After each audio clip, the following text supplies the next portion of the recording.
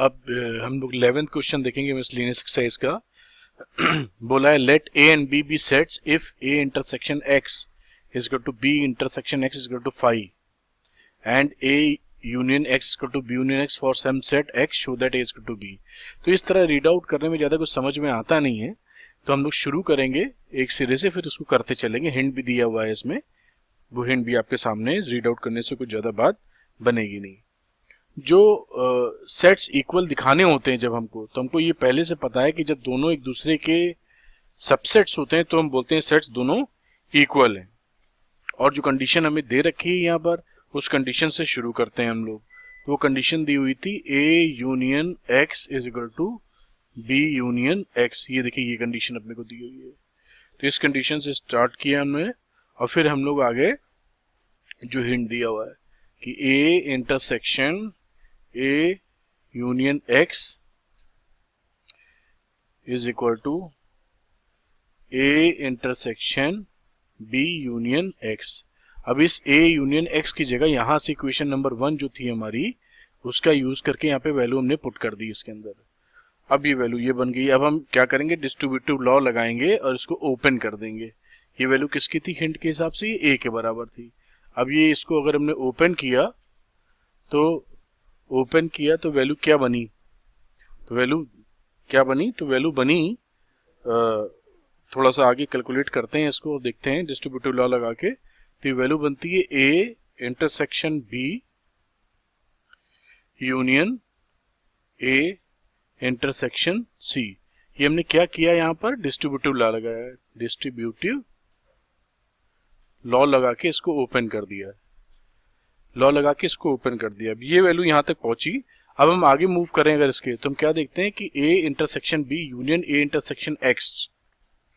अब A intersection x की जहां तक बात की जाए तो हमें ये दिया है ए इंटरसेक्शन एक्स की वैल्यू कितनी है? 5। ये देखिए यहाँ पर ये गिवन है ए इंटरसेक्शन एक्स। तो ये वैल्यू क्या निकल के आई हमारी? ए इंटरसेक्शन बी यूनियन, और ये हो गया हमारा 5। अब इस 5 के साथ में अगर हमने इंटरसेक्शन लिया, यूनियन लिया, तो वैल्यू हमारी बन जाएगी A is equal to A intersection B. अब इसी तरह ये इक्वेशन को नंबर 2 बोल देते, और अगेन अगर हम वैल्यू लेके चलें। अब यहाँ पर ये बात इंपॉर्टेंट है कि जब इक्वेशन सेकंड से a is equal to A intersection b हो गया, तो इट इज क्वाइट ऑब्वियस कि a is a subset of b हो गया है, क्योंकि a इंटरसेक्शन b के बराबर है। तो यहाँ से ये पॉइंट, ये रेफरेंस हम निकाल लेंगे जो आगे हमें प्रूफ करने में काम आने वाला है। इसके आगे तो वैल्यू क्या बनेगी कि a union x is equal to b union x, और इसी तरह b union x is equal to a union x। इस स्टेप को नोट कर लेना जरूरी है, क्योंकि ये हम लोगों ने क्या किया, ये इंटरचेंज कर दी वैल्यू। इंटरचेंज करने के बाद ये इंपॉर्टेंट स्टेप है।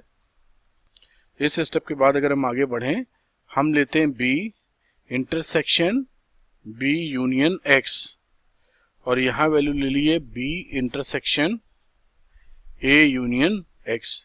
दोनों तरफ b का इंटरसेक्शन ले लिया। अगर b का इंटरसेक्शन लेते हैं तो यहां से जो हिंट भी था उससे वैल्यू ये बनेगी b, और b is equal to what? b intersection, distributive law यहां भी लगा देंगे, ये वैल्यू आ जाएगी b intersection a union b intersection x।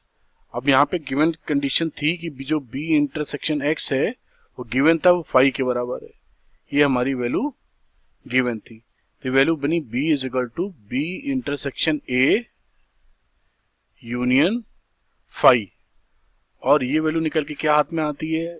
b is equal to b intersection a। यानी हम क्या बोल सकते हैं? b is a subset of a। ये वैल्यू निकल के आई। अब ये इक्वेशन नंबर को अगर हम बोलना चाहें, इक्वेशन नंबर कौन सी होगी? 3। तो from second and third, from equation second and third, अब देखिए इक्वेशन फर्स्ट, इक्वेशन मतलब इक्वेशन सेकंड एंड थर्ड से इक्वेशन नंबर 2 में क्या था हमारा, ए इंटरसेक्शन बी, देखिए ये इंटरसेक्शन भी हम ले आए थे इससे प्रूफ करके, और यहाँ आ गया बी इंटरसेक्शन है। तो यानी जब A intersection B and B intersection से दोनों ही होगा तो इसका मतलब है दोनों के दोनों एलिमेंट आपस में बराबर हैं, और हमको यही प्रूफ करना था।